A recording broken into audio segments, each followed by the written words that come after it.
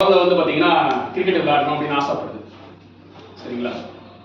நம்ம என்ன பண்ணுறோம், அது விளையாடுது அப்படி இப்படின்னு பார்த்து விளையாண்டுட்டு இருக்குது. இப்போ அது கொஞ்சம் ஒரு மாதிரி நல்ல விளையாட திறமை இருக்குன்னு நம்ம வந்து பார்த்துட்டு அவங்ககிட்ட என்ன பண்ணுறோன்னா ஒரு கோச்சுக்கிட்ட அனுப்புவோம் நம்ம. கரெக்டாக? சரி. இப்போ வந்து இந்தியாவில் வந்து பார்த்தீங்கன்னா எத்தனை கோடி மக்கள் இருக்காங்க? 140 கோடி மக்கள் இருக்காங்க. அதில் இந்தியாவுக்காக விளையாண்ட வீரர்கள் எத்தனை பேர்? 140 கோடியா? ஒரு 10,000 அதிகபட்சமா நம்ம பாரத தேசத்துக்காக விளையாண்ட இந்திய கிரிக்கெட் வீரர்கள் நீங்க எடுத்துக்கிட்டீங்கன்னா ஒரு 10,000, இன்னொரு 10,000 கூட சேர்த்துக்கோங்க, 20,000 பேர் இருப்பாங்க. சரிங்களா? இப்ப மிச்சம் எத்தனை கோடி மக்கள் இருக்காங்க? 140 கோடியில 20,000 பேர் போயிட்டா மிச்சம் 139 கோடியே 80 லட்சம் மக்கள் இருப்பாங்க. இப்ப மெஜாரிட்டி வந்து அதான். ஆனா நம்ம பிள்ளைய அந்த மெஜாரிட்டி கிட்ட அனுப்புவோமா இல்ல மைனாரிட்டி கிட்ட அனுப்புவோமா? Training, cricket training. Hello, minority தான். ஏன் சார் மெஜாரிட்டி தான் நம்ம பார்க்கணும்? ஹலோ, ஏன் இதுல மட்டும் இப்படி முரண்படுது? மெஜாரிட்டி வந்து சார் சொன்ன மாதிரி 1,39 கோடியே 80 லட்சம். அதான் மெஜாரிட்டி. ஆனா 20,000 பேர் விளையாண்டுருக்காங்க. அது மைனாரிட்டி. எதுக்கு மைனாரிட்டி போய் நம்ம பிள்ளைங்களை கிரிக்கெட்ல சேர்க்கணும்? ஏன்னா அவங்க ஜெயிச்சிருக்காங்க. மெஜாரிட்டியில தான் போகணும்னு சொல்லிட்டீங்க முதல்ல, அப்புறம் எதுக்கு மைனாரிட்டி அனுப்புறீங்க? ரிசல்ட் அதானே தெரியுது, பவர் அதான் தெரியுது. எதுக்கு சொல்றேன்னா எல்லா விஷயத்துக்கும் அது பொருந்தாது, எல்லா இடத்துலயும் அது பொருந்தாது. சரிங்களா? நம்ம என்ன பண்றோம்னா 80% பீப்புள் பண்றதை தான் நம்ம பண்ணிட்டே இருக்கோம். நல்லா கவனிச்சு பாருங்க. நம்ம உலகத்துல இருக்கிற மொத்த பணமும் யார்கிட்ட இருக்கு தெரியுமா? 20% மக்கள்கிட்ட தான் இருக்கு. மிச்சம் 80% மக்கள்கிட்ட எவ்வளவு பணம் இருக்கு தெரியுமா? 20% பணம் இருக்கு. நம்ம கிட்ட ஒரு நல்ல பழக்கம் இருக்கும். என்ன பழக்கம் தெரியுமா? நம்ம வீட்டுல கரண்ட் போயிடுச்சு, உடனே என்ன பண்ணுவோம்?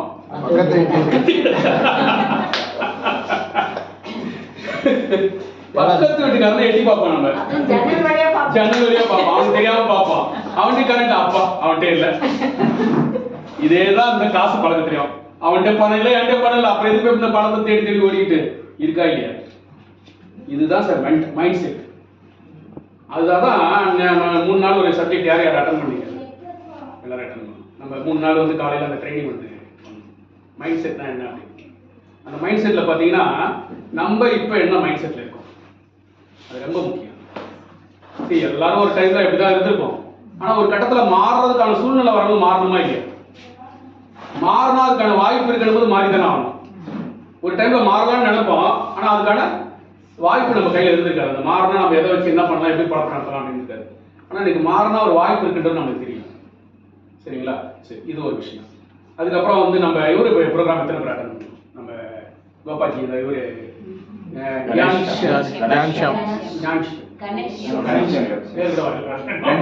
அவரு நின்னா அவருக்கு பேர் நிக்க மாட்டேது. ஜூனியர் கோபாஜின்னு சொல்லிடுறாங்க. அவரு எதை பத்தி ரொம்ப பேசினாரு? லீவரேஜ் பேசினாரு. சரிங்களா? லீவரேஜ்னா என்னங்க? எத்தனை பேர் தெரியும்? அன்னைக்கு அட்டன் பண்ணவங்க ஓரளவுக்கு. லீவரேஜ்னா சிம்பிளா என்ன சொல்லலாம்? என்ன சொல்லலாம்? லீவரேஜ்னா என்ன? Smart work. எப்படி? எது ஸ்மார்ட் ஒர்க்? உதாரணம், இந்த சேரை ஃபுல்லா ஒரு ஆள் எடுக்கிறதுக்கும் 10 பேர் எடுக்கிறதுக்கும் அதுதான் டிஃபரன்ஸ். அந்த 10 பேர் சேர்ந்து எடுத்தோம்னா ஈஸியாக ஆளுக்கு 2 சேரை போயிடும். ஒரே ஆள் எடுக்கணும்னா 20 ஸ்கூல் சப்ஜெக்ட்னா புள்ளின்னுவாங்க. வீட்டில் எத்தனை பேர் கையில் துணி துவைக்கிறீங்க? நம்ம பரவாயில்ல, நம்ம பாராட்டுமா? பாராட்டு. ஆனா இப்ப 80% 90% மக்கள் என்ன சார் திட்டாரு துவைக்கிறது இல்லையா? அவங்க கையால் போய் துவைக்கிறேன். சரி சரி, ஓகே, ஒன்றும் தப்பு இல்லை. சரிங்களா? எது வந்து ஈஸியான வேலை? மிஷின்ல தான். சரிங்களா? ஒரு வேலையை வந்து ஈஸியா பண்றது தான் வந்து பாத்தீங்கன்னா லிவரேஜ்னு சொல்லுவாங்க. லிவரேஜ் அர்த்தம், லிவரேஜ்னா என்னன்னா ஒரு வேலையை வந்து சுலபமா செஞ்சு முடிக்கிறது. இது ஒன்று. ரெண்டாவது வந்து பாத்தீங்கன்னா இந்த பில்டிங் இடிக்கிறாங்கல்ல, ஒரு காலத்துல ஒரு 30-40 இயர்ஸ் மேலே பில்டிங் இடிக்கும் போது எத்தனை நாள் ஆகும்? ஒரு பில்டிங் இடிச்சு டெமாலிஷ் பண்ணி புது பில்டிங் கட்டணும் 15 நாள் 20 நாள் 15 நாள் 20 நாள் 1 மாசம் கூட ஆகும். அந்த பில்டிங் எவ்வளவு சைஸ் இருக்கும் இன்னைக்கு? ஒரே நிமிஷம் அரை மணி நேரத்துல சாயந்தரம் அந்த பில்டிங்கை பாப்பீங்க, காலைல பாத்தீங்கன்னா அந்த பில்டிங் இருக்காது, தரமாட்டமா இருக்கும், அங்க மண்ணு கூட இருக்காது, ஆமா ரப்பிஷ் கூட இல்லையா கிளீன் வச்சிருப்பாங்க. எப்படிங்க? ஜேசி. எல்லாம் மிஷின் அதுக்கு பேர் என்ன தெரியுங்களா? அதான் லிவரேஜ்.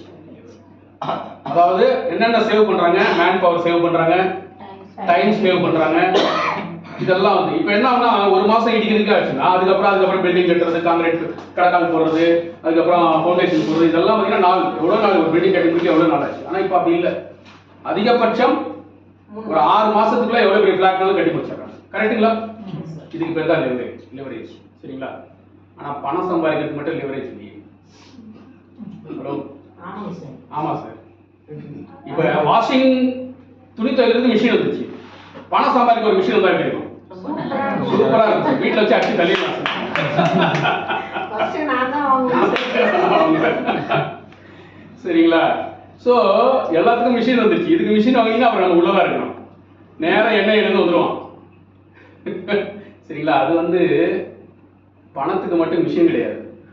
ஆனா பணத்துக்கு என்ன இருக்கு தெரியுமா? நம்மளுக்கு ஒரு ஆர்டினரி பீப்புளும் எக்ஸ்ட்ராடினரி இன்கம் சம்பாதிக்கிறதுக்கு இருக்கிற ஒரே விஷயம் தான் நம்ம ஆர்சி. சார் சொன்னவர் பேர்லயே அது இருக்கு தெரியுங்களா? அந்த மிஷின்ல பேர் இருக்கு, ருபீஸ், கேஷ், மணி. அந்த மிஷினை யூஸ் பண்ணாம இருக்கலாமா? அதாவது தெரிஞ்சும் கூட நம்ம வந்து பாத்தீங்கன்னா அதை இன்னும் வேகமா பயன்படுத்தாம இருக்கோம். சரிங்களா? நம்ம பிளான்ல என்ன சொல்றோம்? அதிகப்படியான 3 to 5 வருஷம். நம்மளாம் 30-40 வருஷம் உழைக்க தயங்குறது இல்லை, ஆனால் அந்த 3 வருஷம் உழைக்கிறது தான் யோசிப்போம். 30-40 வருஷம் பார்த்தீங்கன்னா இன்னைக்கு வந்து பார்த்தீங்கன்னா அதில் என்ன கிடைக்குதுன்னு அவனுக்கு தெரியும், எது கிடைக்காதுன்னு தெரியும், ஆனால் அதுக்காக உழைச்சிக்கிட்டே இருப்போம். ஆனால் இதில் கண்டிப்பாக ஃபியூச்சரில் ஒரு பெரிய மாற்றம் இருக்குன்னு தெரியும், ஆனால் அதுக்கான நேரத்தையும் நம்ம வந்து பார்த்தீங்கன்னா செலவு பண்ணுறது யோசிக்கணும். சரிங்களா? ஸோ லிவரேஜ் அப்படின்றது பார்த்தீங்கன்னா ஆர்சிஎம்ல 100% பணம் சம்பாதிக்கிறதுக்கான லிவரேஜ். பட் உடனே வந்துருமா? வராது, கொஞ்சம் அதுக்கான நேரத்தை கொடுக்கணும். சரிங்களா? இதில் வந்து நம்ம எப்படி அதை கொஞ்சம் சுலபமாக எடுத்துகிட்டு போகிறோம்? ஏன்னா இது வந்து சரி நம்ம வந்து எப்பயுமே வந்து ஒரு இடத்துல போய் ஒரு வேலை செய்கிறோம், ஒன்றை முடிக்கணும்னு நினைக்கிறோம், ஆனால் அங்கே வந்து சில தடைகள் வரலாம், இல்லைன்னா அது கொஞ்சம் லேட்டாக வரலாம். அப்போ என்ன பண்ணுவோம்? ஒரு பாட்டு கூட வருது, பிரபுதேவாவும் கஜோலும் ஒரு பாட்டு, மூக்க வர்ணிப்பான். ஆமா, அப்போ ஒரு பாட்டுல நடுவில் ஒரு வரி சொல்லுவான், ரூட்டை மாத்து அப்படின்னுவான். ஹலோ, கேள்விப்பட்டிருக்கீங்களா? அந்த பாட்டுல ரூட்டை மாத்தணும், கொஞ்சம் ரூட்டை நம்மளும் மாத்தணும். நான் அதே ரூட்ல தான் போக ரிசல்ட் வரணும்னா வரலைன்னா நம்ம ரூட்டை மாத்தணும். அதை தான் இப்போ என்ன எடுத்துக்கணும்? நம்ம ஆரோக்கியம், ஹெல்த். சரிங்களா? அந்த ஆரோக்கியத்தை பத்தி ஒரு விஷயம் வந்து நம்ம பார்த்தே ஆகணும். ஏன்னா இந்த விழிப்புணர்வு நிறைய வந்து தெரியுங்களா உங்களுக்கு? நீங்க யூடியூப்ல போய் பாருங்களேன். நம்ம மஞ்சு சொன்ன மாதிரி நிறைய யங்ஸ்டர்ஸ் கிட்ட பார்த்தீங்கன்னா இன்னைக்கு வந்து பார்த்தீங்கன்னா இது வந்து விழிப்புணர்வு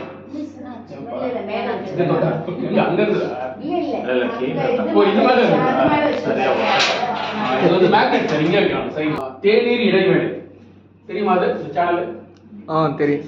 யார் பார்த்தீங்க? இல்லை பார்க்கல, தேநீர் இடைவேளை தெரியும். அந்த அந்த பர்டிகுலர் டாபிக் பார்த்ததுன்னு தெரியல. இல்லை அந்த ஹெல்த் சம்மந்தப்பட்டது பார்த்தீங்களா? தேநீர் இடைவேளை. இன்னைக்கு என்னோட ஸ்டேட்டஸ் எத்தனை பேர் பார்த்தீங்க?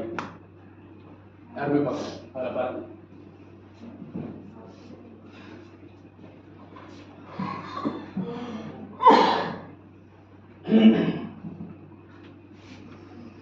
இதுக்கு முதல்ல அரசியல் தான் அதை பத்தி பேசிட்டாங்க. இதுக்கு முன்னாடி ஒரு இது போட்டிருந்தாங்க சார், அதே தேநீர் இடைவெளியில ஒரு பொருளை வந்து உணவுப் பொருட்கள் விவசாயிலேருந்து ஒரு ஃபேக்டரிக்கு போய் மேனுஃபேக்சர் அனுப்பிச்சினாலே அது வந்து பொருள். தேநீர் இடைவெளி இதுல வந்து கொஞ்சம் கவனமா பாருங்க. நம்ம யங்ஸ்டர்ஸ்ல எவ்வளவு ஒரு விழிப்புணர்வு வந்திருக்கு அப்படின்றது வந்து நிறைய பிரச்சனை இருக்கு அப்படின்றது தெரியும். சரிங்களா? அதுக்கு வந்து நம்ம வந்து புரட்சிகள் நடந்தது தெரியுங்களா? நிறைய புரட்சிகள். என்னென்ன புரட்சி நடந்தது நம்மளோட வரலாறுல பாத்தீங்கன்னா என்னென்ன மாதிரி ரெவல்யூஷன்ஸ் புரட்சிகள் நடந்தது? ஹிஸ்டரி படிச்சீங்களா ஸ்கூல்ல? அதாவது ஃபர்ஸ்ட் வந்து பாத்தீங்கன்னா தொழில் புரட்சி நடந்தது. சரிங்களா? ஏன் தொழில் புரட்சி வந்தது பார்த்தீங்கன்னா நம்ம வந்து உலகப்போர் 2 தடவை நடந்ததா, உலகப்போர் 1, 2. மக்கள் வந்து பார்த்தீங்கன்னா நிறைய வந்து கஷ்டப்பட்டாங்க, வேலை வாய்ப்பு இல்லாமல். அப்போ என்ன பண்ணாங்க, நிறைய தொழிற்சாலை தொடங்கினாங்க அந்த ஜெர்மனி இந்த சைட்லலாம். அப்போ அது ஒரு தொழில் புரட்சியாக நிறைய விஷயங்கள் நடந்தது. அது வந்து ஒரே ஒரு விஷயம். அதுக்கடுத்து பசுமை புரட்சி நடந்ததா, பசுமை புரட்சி. அதுக்கப்புறம் ஐடி வந்து பார்த்தீங்கன்னா பயங்கரமாக பூம் ஆச்சு. அதுக்கப்புறம் நம்ம பத்மநாபன் சார் இப்போ தான் சொன்னார், வெல்னஸ் தான் வரும் அடுத்தது. என்ன சொன்னார், நிறைய இன்வெஸ்ட் பண்ணாரு இதில் லேண்டில். ஸோ அப்போ ரியல் எஸ்டேட் பூம் ஆச்சா? சரிங்களா? சரி, இதெல்லாம் பூம் ஆச்சு. இந்த எல்லா புரட்சிகள்லையும் பாருங்களேன், ஒரு கட்டத்திலையும் நம்ம ஆரோக்கியத்தை இழந்துட்டே வந்தோமா இல்லை? இன்னைக்கு தொழிற்சாலைகள் நிறையா இருக்கு. அதனால என்ன பிரச்சனை வருது? இப்போ பொல்யூஷன், அதுல இருந்து வரக்கூடிய கழிவுகள், அது தண்ணியில கலக்குது. எல்லாம் என்ன ஆகுது, நம்மளுக்கு நோய் வர்றதுக்கான அத்தனை விஷயமா அது நடக்குது. தொழில் புரட்சி. 2வது பசுமை புரட்சி. பசுமை புரட்சின்ற பேர்ல என்ன பண்ணாங்க, ஹைபிரிடு மண்ணில் வந்து பார்த்தீங்கன்னா தேவையில்லாத உரங்களை போட்டு மண்ணை மலடாக்கி நம்ம இன்னைக்கு சாப்பிட்ற உணவே என்ன போச்சு, விஷமாயிடுச்சு. அதுக்கு அடுத்து ஐடியில் என்ன பிரச்சனை வந்தது? டேட்டா கலெக்ட் பண்ணிடுவான். ஐடியில் என்ன பிரச்சனை வந்தது? ரொம்ப உட்கார்ந்து வேலை வாஷிங் மிஷின் மாதிரி லைஃப் அப்படின்னு சொல்லுவாங்க. உட்கார்ந்த இடத்துல இருந்து வேலை செஞ்சு எல்லாம் ஒபிசிட்டி, ஹார்ட் ப்ராப்ளம், கொலஸ்ட்ரால், இப்போ சொன்னாங்க பாருங்க, கொலஸ்ட்ரால் எல்லாம் ஏறி போச்சா இல்லையா? அது யங்ஸ்டர்ஸ்க்கு நீங்க பாருங்க, நிறைய யங்ஸ்டர்ஸ்க்கு அந்த பிரச்சனை இருக்கு. அதுக்கடுத்து ரியல் எஸ்டேட், இருக்கிற நீர்நிலைகள் எல்லாத்தையும் அழிச்சிட்டாங்க. நம்மளுக்கு தண்ணி ஆதாரங்கள் இருந்த இடத்தெல்லாம் என்னாச்சு, இன்னைக்கு லேண்ட் போட்டு வித்துட்டு போயிட்டாங்க. தண்ணிக்கு அவ்வளோ கஷ்டப்பட்டு இருக்கோம் இன்னைக்கு. அதுதான் வந்து பார்த்தீங்கன்னா நம்ம காலையில் அந்த பிரம்ம ரகசியம் அப்புறம் அந்த நிகழ்ச்சியில் பார்த்தீங்கன்னா தண்ணிக்கு நம்ம வந்து பார்த்தீங்கன்னா நன்றி சொல்கிறோம் பாருங்க, எவ்வளோ முக்கியம் தெரியுங்களா? அது நீங்கள் தண்ணியை என்னைக்கு அலட்சியப்படுத்துறீங்களோ நம்ம பரம்பரைக்கு ஒரு துரோகம் பண்ணுறோன்னு அர்த்தம். ஹலோ, நம்ம தண்ணி அலட்சியம் பண்ண ஆரம்பிச்சிட்டோம் அப்படின்னா பரம்பரைக்கு துரோகம் பண்ணுறோன்னு அர்த்தம். ஏன்னா அடுத்து நம்ம பிள்ளைங்க யாரை நம்பி இருக்கு? நம்மளை நம்பி தான் இருக்கு. நம்ம இன்னைக்கு என்ன சோர்ஸ் விட்டுட்டு போறோமோ அதான் நம்ம பிள்ளைங்களுடைய, நம்ம வாரிசுகளுடைய ஆதாரம். அது அந்த அசட்னு சொல்லுவாங்க. சார் சொன்ன மாதிரி அசட் அதான். ஸோ இன்னைக்கு அதை பற்றில யாருமே கவலைப்படுறது இல்லை. எல்லாத்துலேயும் பார்த்தீங்கன்னா நம்ம உடல் என்ன ஆச்சு, ஒரு கட்டத்துலையும் பார்த்தீங்கன்னா நம்மளுக்கு வந்து பார்த்தீங்கன்னா பெரிய பின்னடைவு தான் வந்ததா நம்மளுக்கு உடல்ல. ஓகேங்களா? நிறைய பின்னடைவுகள் வந்தது. இதுல நம்ம அதை டைரக்டா அனுப்போம்.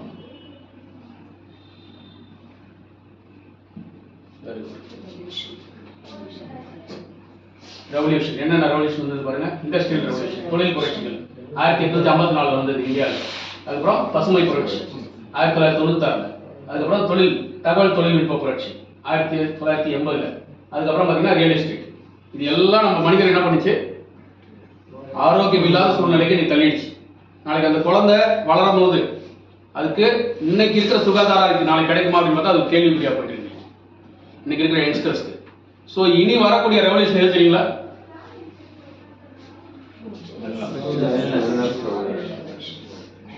அந்த துறையில தான் நம்ம இருக்கோம் இப்ப. ஏன்னா இந்த துறையில இருக்கவங்க பார்த்தீங்கன்னா நல்லா சம்பாதிச்சாங்க, இல்லைன்னு சொல்ல தெரியுங்களா? இதுல ஆரம்ப காலத்துல உள்ள போனவங்க பார்த்தீங்கன்னா இன்னைக்கு பெரிய கோடீஸ்வரர் இருக்கிறவங்க.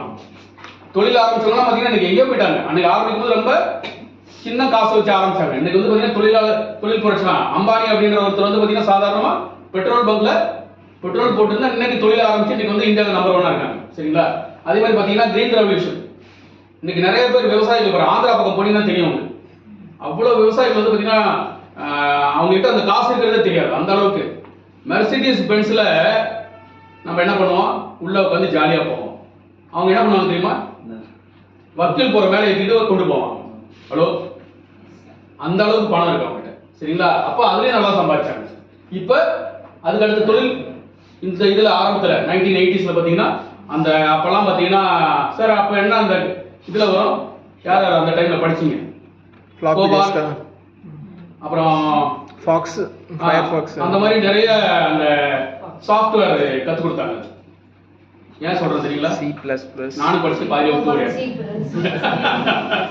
கோபார்ட்னு வரும் அந்த இது எழுதுறது, அது என்ன சொல்றது, ப்ரோக்ராம் எழுதுறது நல்லா பண்ணோம். ஜாவா அந்த டைம்ல உள்ள இருந்தவங்க பார்த்தீங்கன்னா இன்னைக்கு வந்து பெரிய லெவல்ல சாஃப்ட்வேர் பெரிய லெவல்ல கம்பெனி வச்சிருக்காங்க. அதுக்கு அடுத்து ரியல் எஸ்டேட் இந்த 1990ல இன்வெஸ்ட் பண்ணவங்க அன்னைக்கெல்லாம் பார்த்தீங்கன்னா இன்னைக்கு பெரிய கோடீஸ்வரரா இருக்காங்க. சரிங்களா? இது இப்பதான் ஆரம்பிக்குது. ஹலோ, அன்னைக்கு இதை பத்தி சொல்லும் போது நம்ம ரொம்ப அலட்சியமா இருந்துட்டோம். இந்த ரியல் எஸ்டேட் வந்து சொன்னாங்க சார் 1000 ரூபாய்க்கு இடம் வாங்கி போட்டேன். இன்னைக்கு கோடியில இருக்கும். அன்னைக்கு எத்தனை பேர் வாங்கி போட்டாங்க? எங்கப்பா காட்டுக்குள்ள போய் வாங்கி போட சொல்றேன். காடெல்லாம் பார்த்தீங்கன்னா நகரம் ஆகி போச்சு இருக்கா இல்லையா? வேளச்சேரி ஒரு டைம்ல பார்த்தீங்கன்னா ஒரு 25 வருஷத்துக்கு முன்னாடி வேளச்சேரி பக்கம் போறதுக்கு அவ்வளவு பயப்படுவாங்க. சிங்கிள் ரோடு அந்த இதே பார்த்தீங்கன்னா அது வந்து செம்மண் ரோடு 2 சைடும் பார்த்தீங்கன்னா உங்களுக்கு வந்து வெறும் சதுப்பு நிலமா இருக்கும். சதுப்பு நிலம். அன்னைக்கு வேலை எவ்வளவு தெரியல, அதிகபட்சம் 50,000 1 லட்சத்துக்குள்ள தான் ஒரு கிரவுண்டே இருந்தது. இன்னைக்கு 2 கோடி 3 கோடி போயிடுச்சு. ஸோ எதுக்கு சொல்றேன்னா, இந்த மாதிரி ஒரு அற்புதமான ஒரு இடத்துல இன்னைக்கு நம்ம இருக்கோம். இந்த இடத்துல நம்ம இன்னைக்கு என்ன வேலை செய்ய போறோம்? வேலை செஞ்சோம் அப்படின்னா அதுல இந்தியாவில் நம்ம தான் நம்பர் 1 இருக்கும். சரிங்களா? ஸோ இதுதான் வந்து கொஞ்சம் கவனம் செலுத்தி நம்ம பார்க்கணும். இன்னைக்கு வர யங்ஸ்டர்ஸ்க்கு இது தெரியணும். எதுக்கு அந்த முதல்ல அந்த வீடியோ போடுறேன்னா, யங்ஸ்டர்ஸ்க்கு அந்த விழிப்புணர்வு வந்தாச்சு. அதுக்கு இங்கேயே ஒரு யங்ஸ்டர் இருக்காங்க, மஞ்சு. அன்னைக்கு மஞ்சு பேசும்போது எத்தனை பேர் கேட்டீங்க? சில பேர் கேட்காம இருப்பாங்க. சரிங்களா? நீ வந்து என்ன பண்ற தெரியுமா? இப்ப இன்னும் 2 3 பேர் கேட்காம இருக்காங்க. வந்து திரும்ப ஒரு தடவை அதை பத்தி சொல்லிட்டு